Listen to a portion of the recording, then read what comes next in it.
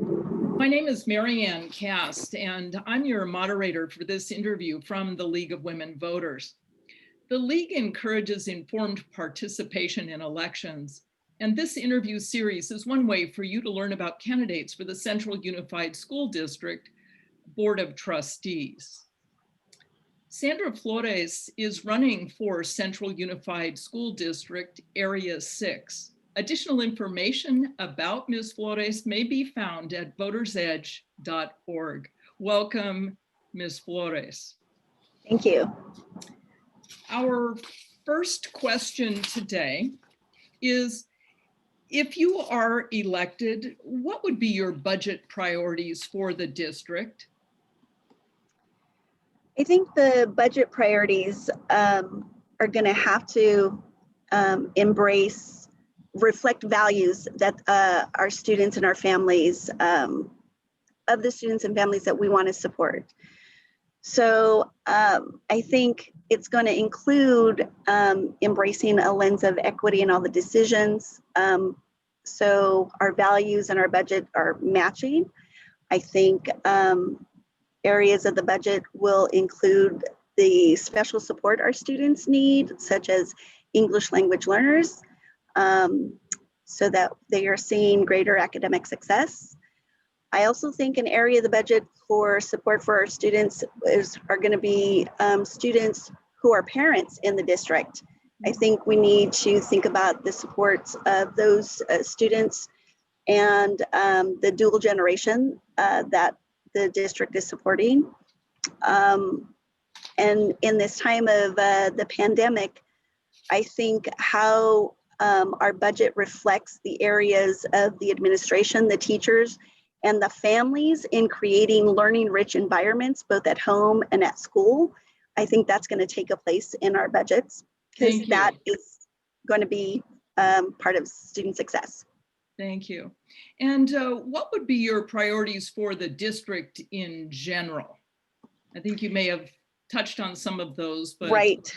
So yes, I did. I think definitely embracing this lens of equity in all decisions, budget decisions, policy decisions is a priority for me. I also believe that supporting our early childhood education, so how we are creating learning-rich environments before they are actually coming into school, and especially those students that have additional learning needs, is a priority for me. And as I mentioned, I think the students that have English language learning focus and students who are parents, those are all priorities for me. I think the more that we support and understand their needs, we're going to see greater academic success from those students that traditionally are not seeing the levels of success that we want them to see.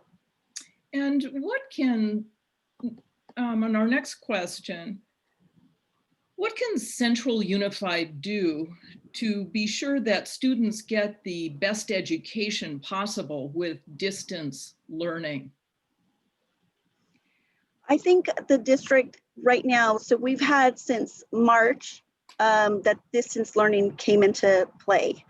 And we know that the disparities that our students have experienced were in place before the pandemic. The pandemic just illuminated it. So understanding the types of support that the students have at home is going to be really important. And we've learned some things since March. So I think we really need to build on that learning, and it will inform how we develop sustainable solutions during this distance learning. I also think that we need to hear from our teachers. Okay, they are on the front lines, they have the experience and they have expertise that are very much part of this conversation of solutions and how we can be the most effective in supporting our students.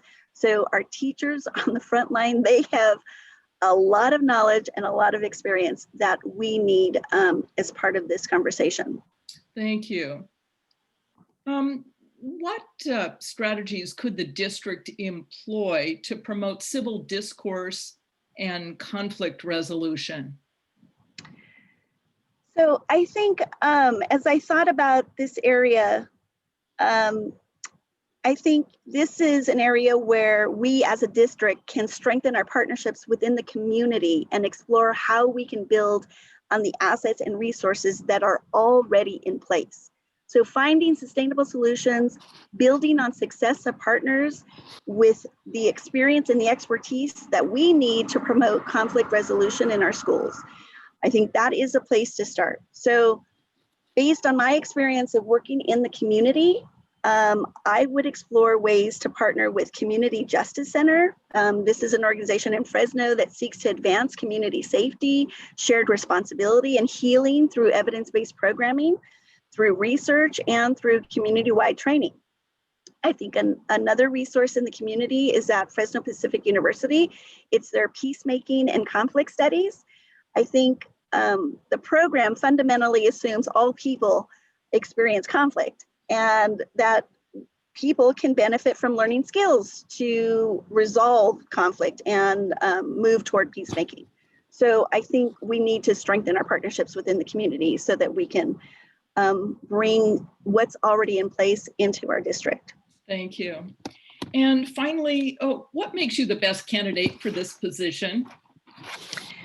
I think my experience in the community, how I see the role of the district, of our educational systems fit into healthy communities.